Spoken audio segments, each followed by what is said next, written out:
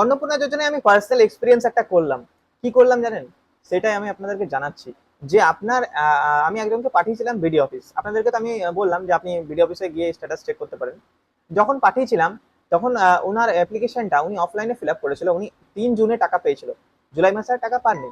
তো ওনাকে যখন পাঠালাম ওনার অ্যাপ্লিকেশন আধার কার্ড নাম্বার দিয়ে যখন চেক করা হলো বিডি অফিসে, দেখালো যে নট ফাউন্ড। সে তো আবার পঞ্চায়েত এলো, পঞ্চায়েতও খুঁজে পেল না অ্যাপ্লিকেশন। তাহলে সে কি করবে? তাহলে এটা কি আপনার সাথে হয়েছে? আমি আপনাকেই বলছি, যে ভিডিওটা দেখছেন আপনাকেও বলছি, যদি আপনার সাথে নাও হয়ে থাকে, আপনার যদি আশেপাশে লোকের সাথে হয়েছে বা কোনো জায়গায় যদি হয়েছে, তাহলে এই ভিডিওটা সম্পূর্ণ আপনার জন্য। নট ফাউন্ড কেস মানে আপনি কি করবেন? এবং অফলাইন যারা ফিল আপ করেছিলেন, যারা অনলাইন ফিল আপ করতে যাচ্ছেন, অলরেডি সাবমিট দেখা ছিল, তাদেরকে বলেছিলাম যে ফিল আপ করার দরকার নেই, তাদেরগুলো তো ডিজিটাইজ করা হচ্ছে। 4টে অ্যাপ্লিকেশন স্ট্যাটাস আমি মানে বুঝতে পারলাম। আমি যখন অফিসে নিজে গিয়ে ফিল্ড ভিজিট করে আমি যখন দেখতে পেলাম, ফিল্ড ভিজিট আমি ঘুরে বেড়ালাম, দেখলাম, প্রতিনিয়ত জানার চেষ্টা করলাম। তো সব জায়গায় আমাকে যেটা জানানো হলো, দেখুন, রিজেক্টেড, রিভার্টেড, আন্ডার ইনকোয়ারি, তিনটে কিন্তু পঞ্চায়েতের হাতে। তারা কিন্তু ব্লক সম্পূর্ণ কিন্তু বলে দিয়েছে যে তারা পঞ্চায়েতকে দিয়ে দিয়েছে। পঞ্চায়েত এবারে সেটাকে আপনাকে কিন্তু ওইখানে পঞ্চায়েত অফিসের কাছেই যেতে হবে। আন্ডার ইনকোয়ারি যদি লিস্টে আপনার নাম এসছে, তাহলে আপনার ভেরিফাইড হয়ে গেছে। ঠিক আছে? আপনি সেটা কিভাবে চেক করবেন ভেরিফাইড বা অ্যাপ্রুভ কিনা? সেটা আপনাকে স্ট্যাটাসটা চেক করার জন্য ভিডিও আমি বানিয়ে দিয়েছি, যে আপনাকে যেতে হবে আপনাকে ভিডিও বা ব্লক বা মিউনিসিপ্যালিটি পৌরসভাতে, সেখানে গিয়ে আপনি চেক করতে পারেন। এবারে আমি আপনাকে বলে দিচ্ছি, যাদের নট ফাউন্ড কেস, সেটা সব থেকে সেন্সিটিভ কেস। রিভার্টেড কেসগুলো আপনার পঞ্চায়েত দেখছে, তারা আন্ডার ইনকোয়ারি করে ভিডিওতে ভেরিফাইড করে পাঠাচ্ছে, ভিডিও সেগুলোকে অ্যাপ্রুভ করে দিচ্ছে। বাট অ্যাপ্রুভ করার পরে সঙ্গে সঙ্গে কিন্তু আপনি পোর্টালে আপনি অ্যাপ্রুভ দেখতে পারবেন না, সঙ্গে সঙ্গে দেখা যাবে না। ওটা কিন্তু পোর্টাল আপডেট হতে একটু টাইম লাগছে, বা অনেকের হয়তো দেখাও যাচ্ছে না, আপনাকে বুঝতে পারছেন না, তাও হয়তো আপনি ভাবছেন যে আপনার এখনো আন্ডার ইনকোয়ারি আছে, কিন্তু আপনি জানেন কি আন্ডার ইনকোয়ারি নেই, ওটা হয়তো হয়ে গেছে আপনার অ্যাপ্রুভ। সেটাই আপনাকে দেখতে হবে।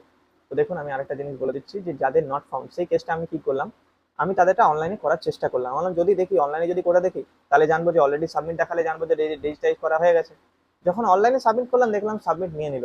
অর্থাৎ মানে কি, তার করা হয়নি ডিজিটাইজ, তাকে আবার অনলাইনে করতে হলো। কারণ কি, প্রথম মাসে টাকা পাওয়ার পরেও অনলাইনে করতে হলো। সেটা আমি একদম নিজের চোখে, আমার ওটা আমি করলাম, নিজের হাতে করলাম। আমি যখন দেখলাম যে তার সাবমিট হয়ে গেল, সেটা সাবমিট হওয়ার পর ভিডিওতে গেল, ভিডিও থেকে আন্ডার ইনকোয়ারিতে ফেলে দেওয়া হলো। তার আন্ডার ইনকোয়ারিতে ফেলে দেওয়ার পর পঞ্চায়েত থেকে সেটাকে আন্ডার ইনকোয়ারিটাকে ভেরিফাইড করে দেওয়া হলো, যেহেতু তিনি এলিজিবল ছিল। ভেরিফাইড হওয়ার পর ভিডিওতে গিয়ে পরে সেটাকে অ্যাপ্রুভ করে দেওয়া হলো, ব্যাস। অ্যাজ ইট ইজ সেটাই পসিবল, এটা আমার জন্য হলো। তো সেটাই আপনার সাথে একটা ছোট্ট এক্সপিরিয়েন্স শেয়ার করলাম।